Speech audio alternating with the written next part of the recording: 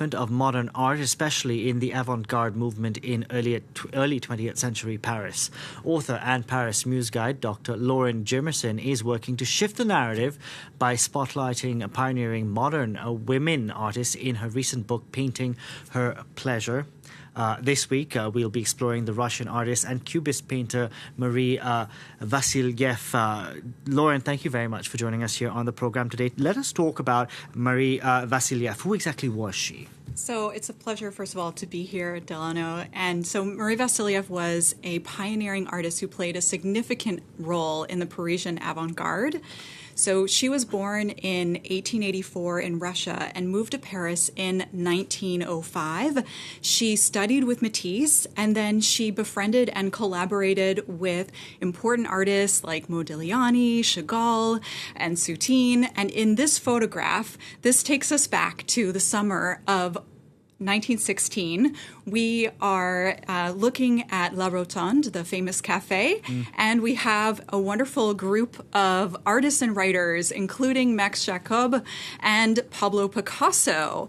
The petite woman in the group is dressed in this tailored jacket and a wide-brimmed hat. Her face is in shadow. So who was this woman? She was Marie Vassilieff.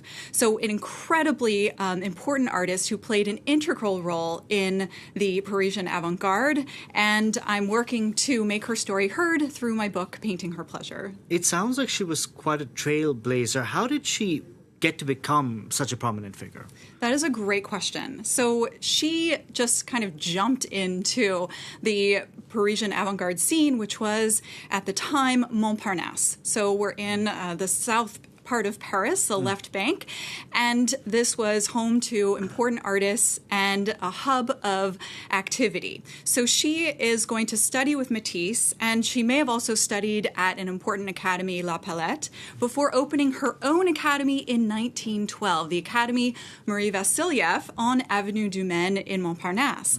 And at this academy, she is going to run things her way, in a very modern way. She's going to allow artists to study from the live model, both male and female models of different genders, different races. We have students also of different genders. So this was revolutionary and egalitarian for her to do this. Plus, the instruction was laissez-faire. Artists were instructing each other rather than having a teacher do this. So her academy was revolutionary, but during the war, World War I, things are going to shift. And she's going to turn her academy into a canteen. And this is a fantastic image that she made of a very important event that happened in her canteen, the famous banquet for the artist Braque, who had just returned from the war. He's injured. You can see him with this cap on his head, and you can see Matisse, who's holding a turkey, and Marie Vassilieff is with a knife. Now, coming in through the door is Modigliani, who caused a ruckus,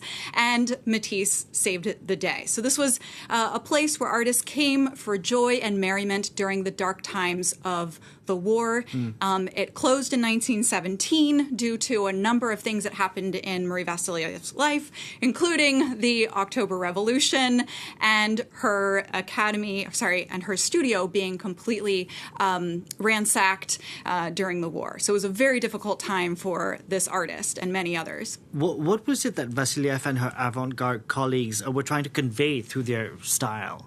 Absolutely. So she is doing a lot of different things. And if we look at her Cubist work, so this is one prime example. This is called Femme Assise, or Seated Woman.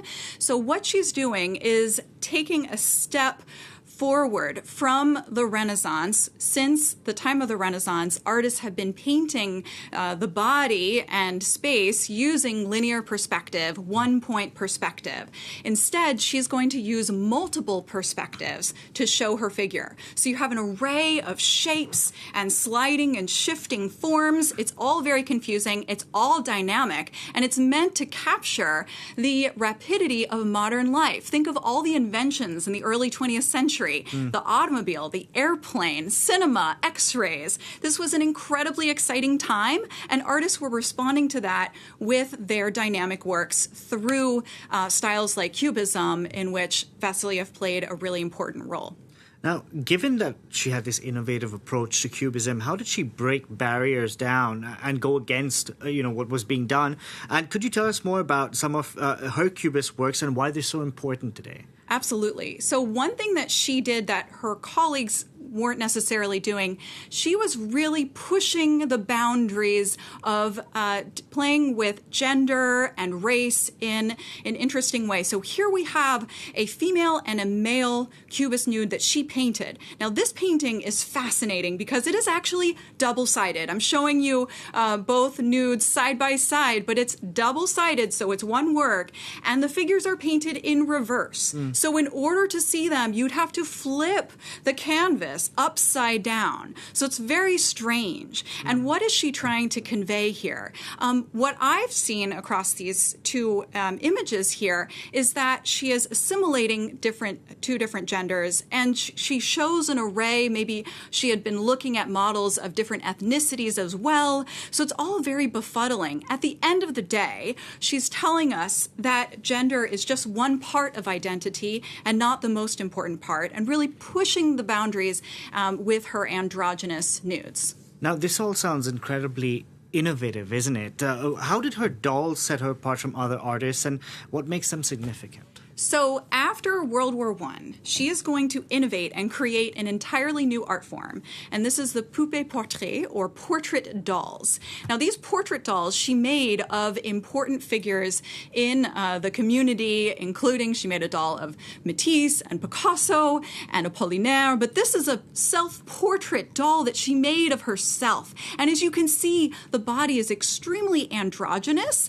If we look at this, it's hard to know whether this is male or female, and it's also influenced by African sculpture, which was really important at the time. This is in concert with a new avant-garde movement after World War I, which is called Dada, and she's doing all sorts of innovative things here. So she shows herself as an androgynous figure. Again, she's pushing the boundaries of gender, exploring this in a radical way. And this is a wonderful photograph of her and that portrait doll. There were photographs of these portrait dolls shown at the Venice Biennale 2 years ago. So it shows how important her work is today for artists who are exploring these very topics in their work now.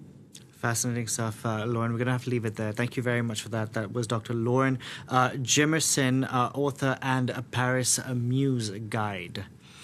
You can follow all the stories we're tracking for you here on France 24. There you can see the website for Paris Muse, the website there.